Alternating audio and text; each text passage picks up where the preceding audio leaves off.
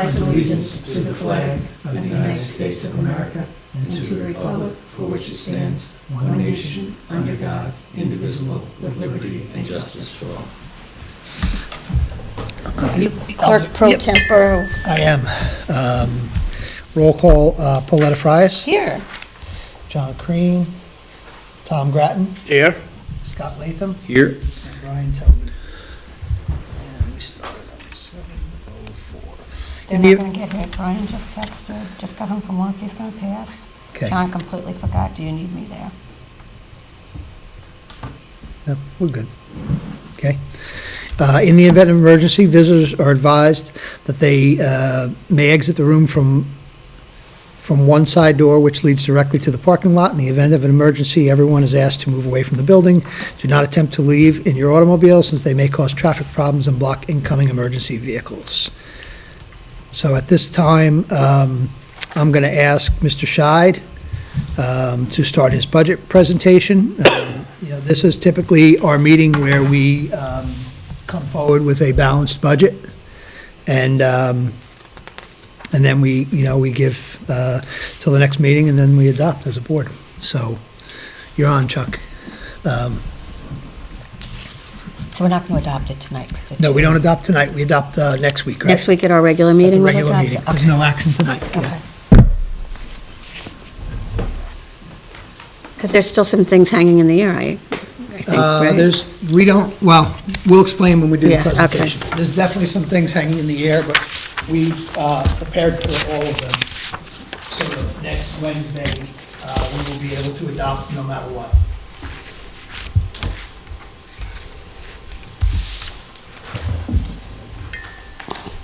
Okay, good evening. So it's nice tonight, we are going to give some final numbers, even though there is still some gray areas as far as state aid that we'll get into. So just a couple quick, the highlights for the proposed budget for next year. We're seeing an expense budget to budget increase of 4.11%. With that, we're having a tax levy increase of 2.81%. Again, that's just the tax levy. We are under the cap. The cap has a limit of the 2.91%, so we're roughly $30,000 under the cap for the tax levy. This proposed budget maintains all the programs, staffing, same level as the current year. And again, the big topic, the state aid amount with foundation aid specifically. The governor has come out to say that she will delay requesting the change in the formula, in which we did see a drop of $486,000, potentially to next year, basically kicking the can down the road for next year. So these budget numbers that we're coming up with, we are assuming that the $486,000 is back in the foundation aid, again, based on the governor's proposal. So just some key revenue drivers. Starting from the top to the bottom, tax levy, again, we're going to see an increase to $30,253,000. That's the 2.81%. You can see the state aid is roughly, it is going up 2% because in addition to foundation aid, there's other expense-driven aids, BOCES aid and such, that's separate from the foundation aid. So we're seeing the foundation aid again as flat, but with additional aids going up a little bit for a slight increase. For tuition and sports, mainly it's the tuition number. We have increased the budget for out-of-district tuition. Rough numbers, we're going to roughly 20 kids next year from roughly a budget of 10 this year. Strictly New Suffolk, I'm assuming. I'm sorry? Strictly New Suffolk, I'm assuming, for the tuition from out of... It's also some of the shared sports monies, but yes. Yeah, but tuition for the students, tuition, yeah. And then some special ed students that we share with Greenport. Okay. Again, we're going to see some changes. The miscellaneous did go up a little bit for next year. Proposing we have now some shared personnel that is seeing the increase. Fund balance and reserves going to the $955,000. Again, it's just tweaking the reserves a little more. We'll get into we have a potential different numbers how we're going to use going forward with the reserves, but right now we're trying to again just keep the budget. Now our budget is balanced. Pilot, again, it's always good to mention, it's just one of those numbers that it's going to be a scary number if that pilot number ever drops off. And again, we have no contract for the pilots, but we are working on that. We get that number from the state. So our total revenue budget is the $34,532,000. So some key drivers with the expenditure budget. We'll drop to the second line. Benefits is the key driver. We had a health insurance potential increase for next year of 15.5%. That alone is roughly $700,000. And, when you're dealing with our tax levy, which is going up roughly 800 and something thousand, having a $700,000 increase for benefits is just a huge chunk to be able to handle all the other increases, salaries and such. We are also seeing increases in ERS and TRS pension contributions. Transportation also has a decent increase. We are projecting our rate is going to go up 17% next year. I have cut out the extra runs that we usually have in the budget for other locations. We are consistently working to try and be as efficient as possible in transportation. We're looking at the number of buses. Are we maximizing the runs? So we're looking at that closely to try and save every dollar we can in other areas. BOCES did see an increase of 177,000, 50%. This was mostly the driver. We had the change in personnel where we went down in an IT person, and now we're paying for that through BOCES. You'll see a good chunk, even though it's grabbed in the other category, we went down 21,000, but that was the bulk of of what we paid that person as a contractual person. So it's it was basically a wash. It was a little more expensive in BOCES, but we are going to get BOCES aid the following year. Again, that's how BOCES aid works. You spend it in 1 year, you get BOCES aid the following year. Debt service relatively flat, district tuition flat, equipment, even operations. Again, we did see some spikes in some certain areas of facilities, but we were able to save money in other areas. And again, for the total, you'll see the 4.11%, or the expense budget of the $34,532,000. Just the two graphs I have. This first one, just that tax levy to see. You can see towards the right, the 24-25 projected 2.8%. You can see in the history, we're looking just below 2% on average. Again, it typically depends on where the consumer price index is, the CPI, because typically our debt service is relatively flat from year to year. The other area that helps, makes our tax levy be able to go up to say the 2.8% is the tax-based growth number. So we get that from the state. Next year, it's a little over 1%, which is very good for us. We've seen a couple of years also that it's been around 1%, but you never know. It could be as low as 0%. But like I said, that's based on, to me, I think, is the brick and mortar changes in the town. And don't ask me, I know that there's a lag in a lot of things. So a lot of times this town, to me, never really have given me a firm answer like, oh, it's because of this property, this property, this property. It's just the number that comes out, and But the state designates this figure. the state controlled on the OSC website. It gives you the tax-based growth factor for all different municipalities, and they just work the numbers with towns. The Southold town, like is Greenport School District the same and Mattituck School District the same, or are they different? Oh, that's a good question. Is the Mattituck School? I'm just curious, because this is the one thing in all the years on the board I never could understand. It should change. Brick and mortar. Because if it's, development is less in the village because there's less space and you.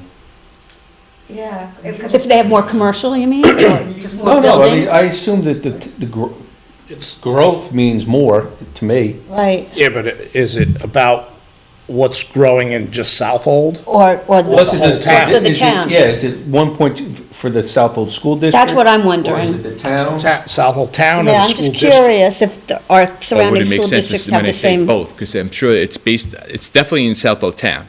Yeah, I mean. How they allocate it I'd like to think it between was the the different school district, because- districts, I don't know. I think it's individual to district. Because if you have a boom in one and there's no growth in the other, it wouldn't be fair to. Right, I'm curious what the lag is. Is this from like 2 years ago? Is this from when? You know, it's just, I don't want to waste any time on it. I just never could wrap my head around this. And, you know, asking questions, So as a new board member, don't ask the question at asking me. questions of the state is nearly impossible. You know, like you get answers like we have a formula for that. I know. That's the I guess I answer. could look it up, maybe. I don't know. I don't know if you'll find it. You can find the numbers. I don't know if you'll find how they got the numbers. And this started with the tax cap, obviously. Right. That's why the 2% tax cap is not 2%. Yeah, and we knew that from the beginning. They were pretty clear about that from the beginning, but it was convoluted, and I understand it a little bit better now than then, but this just, okay, sorry, I didn't mean to hold you up.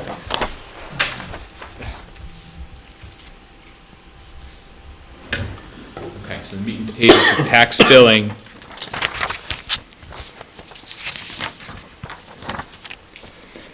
So what it basically, the numbers, the average house in Southold, they tell me is assessed at $7,000, so using that number, the projected increase would be $186 a year, or $16 a month. If you want to calculate it yourself based on your assessed valuation for the house, it would be $97.585 for every $100 of assessed valuation. That comes from the town, Chuck? What do you mean? That number comes from the town? No, that's my calculation.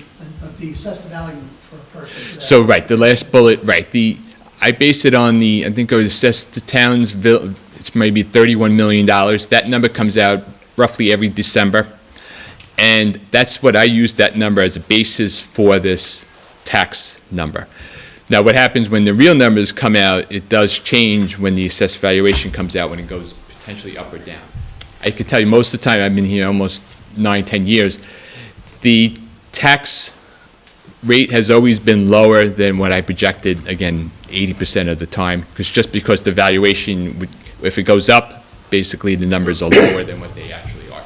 But I use the numbers that I have as final that are right now, so that's based on the assessed valuation as of December of '23.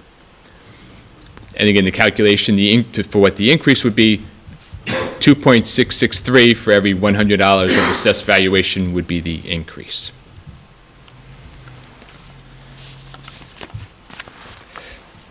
Okay, so as I mentioned, so the governor has mentioned she will not pursue changing the formula. So that potentially means the hold harmless is still in place, which basically means we're not going to see a drop in our state aid. But what that also means, we haven't seen final numbers. We don't know what the exact number of the state or the foundation aid or state aid is right now. So based on, we have 3 potential options that we came up with that we thought we would see 3 different variations and what we would do for each one. So these numbers that I proposed, that's based on option 1, meaning budget as presented, and that we would receive the same foundation aid number next year in 24-25, the one that we received this year. So that's assuming no cut, flat number. That's with our tax levy would be 2.81%. So that's option 1. And that's standard year over year? You usually get the same foundation aid? What they do is, foundation is supposed to be based mostly on enrollment and the wealth ratio in your area. They have a hold harmless in place for the last 10 years, so districts like ours have not gone down, even though our enrollment has gone down. And quite honestly, that's 3/4 of the Suffolk County districts. This year, the governor, last minute, pulled the hold harmless, we all went down. Now, next year, that will be pulled, like, she's kind of made it clear. The whole thing, not in percentages over the next No. few years. Well, again, Who we don't knows? really Yeah, know, you're right, because right. There's been one, she came out, she made one public statement that, you know, maybe in hindsight, she should have given people a year's worth of warning. Now, a lot of us expected this to come, and we have done some planning for it, you know, but I didn't expect it would be done the way it was, you know, like 2 months before the budget, hey, we're gonna get rid of this. Now, where the districts that are really gonna be hurting, the districts that have swelled, they got more foundation aid this year. And that foundation aid was taken from all the districts that it was taken away from. So if they give it back to us, what are they gonna do to those? Like, are they gonna take it away from them? Because there were some districts, because of their enrollment increases, got millions of dollars more foundation aid than what they expected.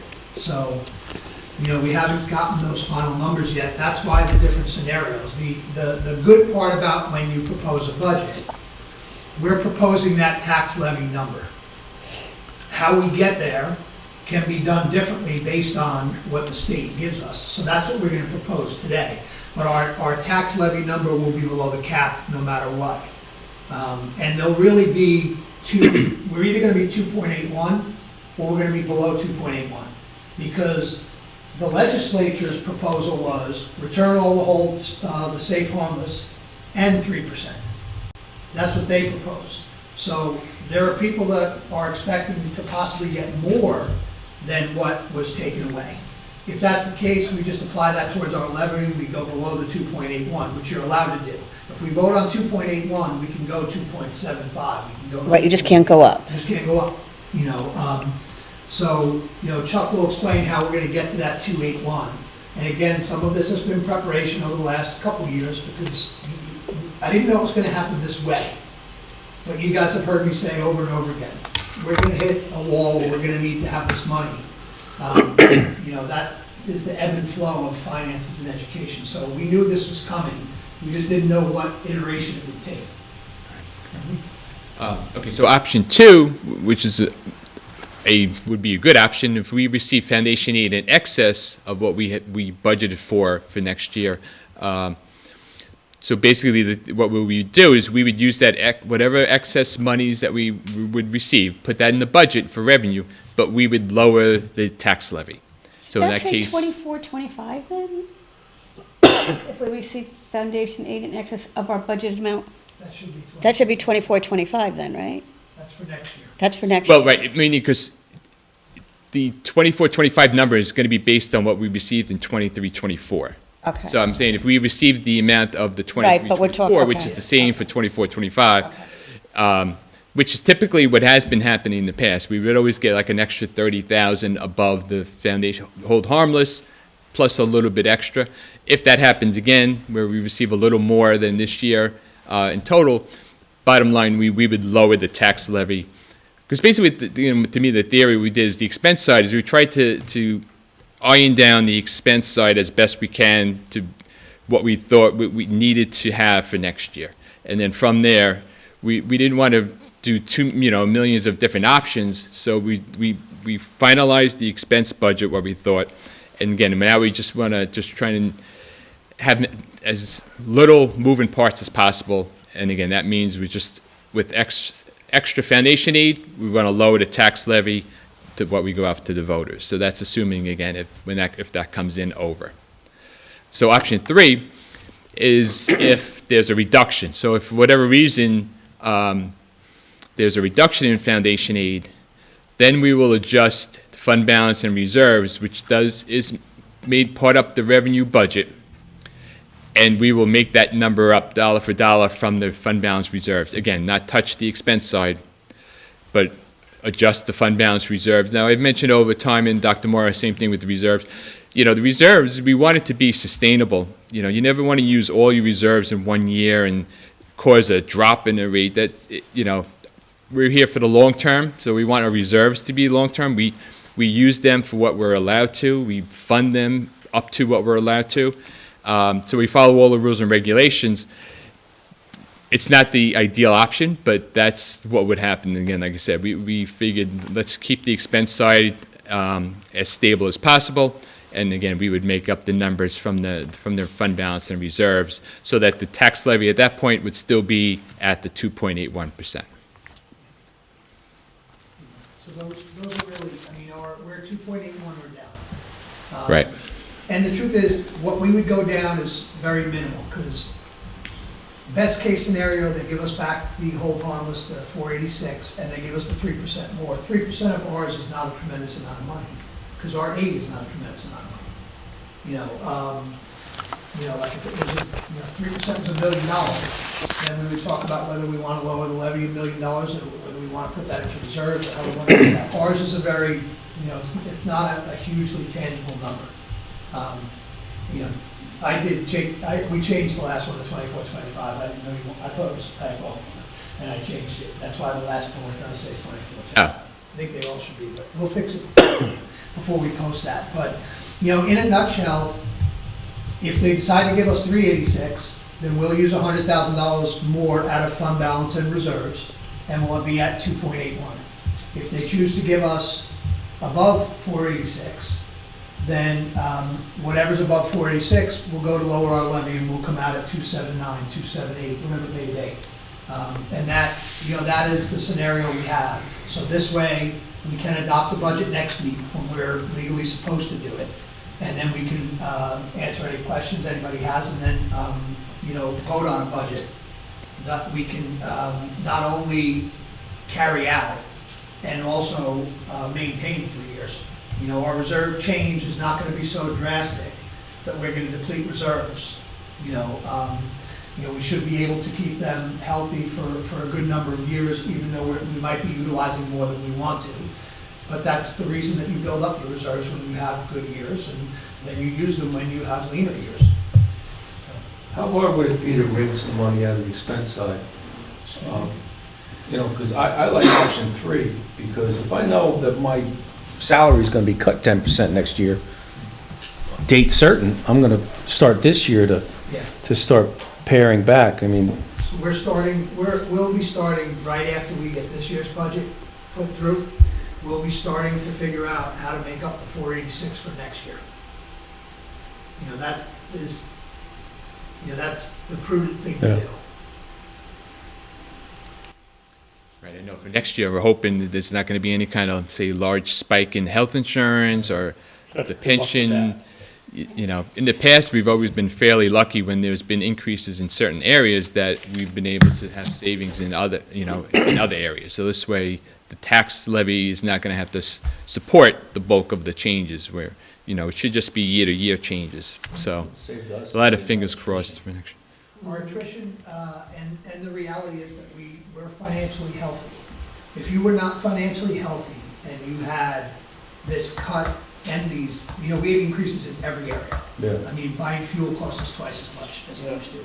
Like every single area. And I mean, healthcare is an easy one to identify because it's a big number, but the truth is, percentage-wise, we had increases everywhere. Having increases everywhere and cuts in how much aid you get could possibly be devastating. Our ratings are excellent and we're financially healthy, so we would be able to sustain it. But districts that are not as financially healthy wouldn't be able to, and long-term cuts like this would be unsustainable for anybody. And long-term increases like this, we can't have 15% increases or even 8 or 10% increases across the board. When you average them all up, Yeah. we're looking at probably 8%, 9% increases across the board. They're unsustainable in the 2% tax cap formula. So as much as I know there'll be increases next year, I hope not in everything. There are years where our retirement increases have been very minimal because it's been a great market year, whereas other increases went up. And that's a lag, that's a couple of years behind how the market does, right? Yeah. So, that's the hope. And then we plan to make sure that we can, to make sure that we can keep what we have and do it in a sustainable manner. Keeping what you have for 3 years and then running out of money is not it's not a good plan. I kind of always felt that if there was, whatever the number is, that you had to cut your budget, let's say 3%, across, we had to do it. I always felt that 3% cut should take place across the entire board, everywhere in the school district, not just extracurriculars, not just transportation, not just, if you say to everybody in charge, you just got to cut, like we have to do in our homes when things are really hard. Which is sometimes, it's perfectly sensical, but when you're dealing with contracts and agreements And when a big percent of your budget is salaries and benefits that are contractual, I realize how difficult it is, and you that makes just, it extremely difficult, and then services, sometimes we're adding to them because we're mandated to, when we'd like to be cutting 3%, like you said. I mean, but that would be an ideal way to do it. Everybody cuts 3 if you have a 3% cut. Yeah. But very difficult to do in our structure. I know. Anybody have any questions or anything for Chuck? Thank you. Yep, thank you for all the work, Chuck. We appreciate it. Yeah, especially having to come up with 3 options. Yeah. Any idea when they're gonna put their budget to bed? No, I can't, I thought last Thursday was the day. April 1st. Yeah, but then they extended it, right? They, took they, action they said they extend- wouldn't get until after the break, would be the earliest, but they didn't really tell us they were gonna do it. Oh, I thought I had heard on the news or something, the data plan. Yeah, and then the governor came out and made her statement, which you would assume would be followed by what the actual numbers are. With 2 or 3 more press conferences. Yeah. I mean, I've seen them as late as July. So, and again, there's not a lot of people that are in the same position as us, Well, we're gonna be able to adopt a reasonable number, and we're gonna be able to, live with it without, losing programs or people. Right. That's not the case for some districts. Actually, that's not the case for many Yeah, I know, districts. we're lucky. Well, I think they're already planning ahead with some of those Yeah. things that are going on. We're There's- lucky, we're yeah. really lucky. I heard there might be as many as half a dozen that try to pierce the cap, which we've not had in quite some time. That's such a gamble. Some of them East End districts, actually a number of them East End districts, more South Fork. But I hear, there's one that announced, and I heard that there might be more. Does anybody hit that terminal awful scenario where they go to pierce it, vote it down, they try it again, and their beer budget's zeroed out? Last year, Yeah. I think that happened Yeah, in it's one somebody or did, two okay. Oh, yeah, districts, yeah, right? yeah. I believe. It's happened. I mean, they used to call it austerity, now they call it contingency, is that right? Well, yeah, but I thought there is no austerity anymore. Yeah, now you get. It's 0. Is it 0? I thought it was a minimal increase, but it also creates a scenario where there are certain things you can't do. Like, you can't purchase certain types of equipment. So you might have a school bus that's breaking down, that needs to be replaced. You could spend 50 grand fixing that bus during the year, when really you should be buying a new one, but you can't buy a new one. We had it in a prior district where we were patching roofs every weekend, and we spent as much money patching them as we could have replaced them, but we weren't allowed to replace them under the formula. Common sense. So when you go 1 year under that format, Yeah. it sets you back 10. Oh, yeah. It easily sets you back 10 full years. The 0's forever. Yeah, it sets you back Can't dig out a of long that one. time. No, not in the new formula. And it'll be interesting to see too, how many, if and when this whole harmless thing comes through, how many school districts end up on the fiscally stressed, or Yeah. Yeah. whatever the worst category is. Mhm. Because there's only a handful currently. Yeah. Listen, there's going to be some interesting financial times in the next few years. Next year, millions and millions of dollars of grants that people have been using in ways that we would, they had to use them in these ways because they had no choice. But the fact is, when you were using them to have teachers teach, and you were paying for teachers, that money runs out. Now you have 2 choices: get rid of something else and keep the teachers, or get rid of the teachers and keep something else. Or raise your levy to the point where it's, probably piercing the cap. So there's going to be, some interesting times.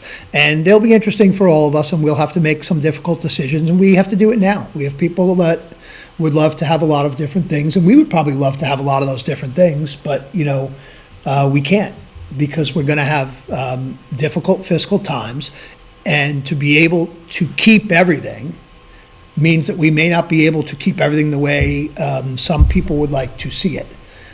But the goal is to keep everything, so that we can offer every opportunity to all of our kids. And I do believe that people here over the last decade, well before I got here, have planned to do that, and that will allow us, as long as we continue to be consistent and take the approach of looking at everything to make sure that it's necessary and that it's providing and adding value to our district, if we're spending monies on it. And if we continue to do that, I think that we'll be able to provide a level of education that people in Southold are used to and want to see. What is the statutory minimum that we have to provide? We asked for that. I think we should have Yeah, that. we've asked for the cost for that, but I have that on my list of follow-up things that we did ask for. You're talking about what we're required to provide, what, yeah, if, What do we have to and provide? what we Yeah, have to what- provide and what we do provide. I think it would be a phenomenal presentation for and not, everybody. it's just interesting that what we're required to provide and what we do provide. I think people would be So, astounded. so I can tell you that, like, sports are non-required. Right. Transportation. Almost all your extracurriculars are non-provided. Transportation is not If you're over a trailer required, track or but it's something. got to be voted on by your community. So your community can vote that you don't do transportation, and then you don't do there are communities on the island that don't do transportation. I worked in one, my first teaching job on Long Island. It was a local elementary, and the kids all walked or got dropped off. There was no transportation, and this is when everybody bused. It wasn't like, I think even know, academically, we offer so much more than it's required, that Yeah. it's a great thing that people are unaware of that we do. Yeah, but if you look at the numbers, the salaries and the benefits, Yeah. yeah, The biggest, It's- it's, when you see the pie chart, that's where it's really glaring. Yeah. 'Cause so I mean, you start cutting other areas and I just think it's, still that pie is still pretty big for Yeah. that. yeah. yeah. And some of that is, if you provide less, you have less salaries and benefits, Right. If you provide less, our community is incredibly supportive of providing all these things. Yep. You can see that when people come out to vote. Our numbers are, and I've worked from Nassau all the way now out to the very end of Long Island, and I've never seen positive numbers like I've seen here. And I've looked back 20 years at ours. Yep. So, I'll put together what the statutory requirements are for school districts, but, our community, I think, is incredibly supportive of offering a lot of these wonderful things Yeah. to our kids to provide a level of education that sets them up to be successful when they leave here, whether they're going For our into parents to see it the as well. workforce. Oh, I think so. School. I think everybody should see, everybody should see it, Yeah, there's a lot of assumptions. showing how much above and beyond Yeah. Oh, yeah. that they're getting. I have to tell you, I haven't seen it in quite some time, but I was surprised at what's not required in schools. Because I grew up in this area too. I grew up in Lower Westchester, so our schools are exactly like the Long Island schools. And, you just think that, you think that this is what you're supposed to have in school, and you're supposed to have this, and you're supposed to have this. And then my sister went and taught in Southern California, and I remember calling her, and she said, I'm doing kickball for gym tomorrow. And I said, what do you mean? She said, we don't have phys ed. She said, we don't have phys ed. We bring the kids out. We don't have a gym. They didn't even have hallways. They had all of those. Recesses there. Yeah, so different states are different. New York, phys ed is required. But, it'll be interesting I'll get it all for you, and it'll be interesting to look And at. no rush, it's not, it's just Yeah, it's just an interesting, Yep. It's interesting for people to see. I know it was for me. I haven't seen it since my administrative work in school. But you'd be surprised. I we was endeavor surprised. to share and bus kids to different schools for shared AP physics, when science in the 11th grade might be the end of it, Yeah. I can tell you that our graduation requirements with a 9-period day, you need 22 credits to graduate. We have a number of kids that start getting credits in 8th grade. So with the exception of those 4-year classes, most of our kids can graduate in 3 years, academically, as Right. far as what they're required to have. Yeah. The nice part is, this gives them the opportunity to take college-level courses. It gives them the opportunity to take AP credit courses, which count towards college credits at a much reduced fee. And it gives them the opportunity to compete with the rest of the region when it comes to going to the best colleges in the country. But there are not a lot of people that realize that you only need 22 credits. Yeah. We offer 8 a year, So that means that in 3 years, you could have 24 credits. And you are allowed to take your 4-year classes. You can double them up. Like, you can take 11th and 12th grade English in the same year. You know, they allow it. There are districts that allow it and places that allow it. So, you know, it's an interesting thing to look at, and it'll be interesting for everyone to see. Yeah. You know. So, I think you get to call us to order. Thank you again. So we don't really adjourn because They it's did- not a real meeting, Yeah, right? A motion to adjourn. yep. Sure, yes. Second, Second. all in favor? Aye. Aye. We have our 8:30.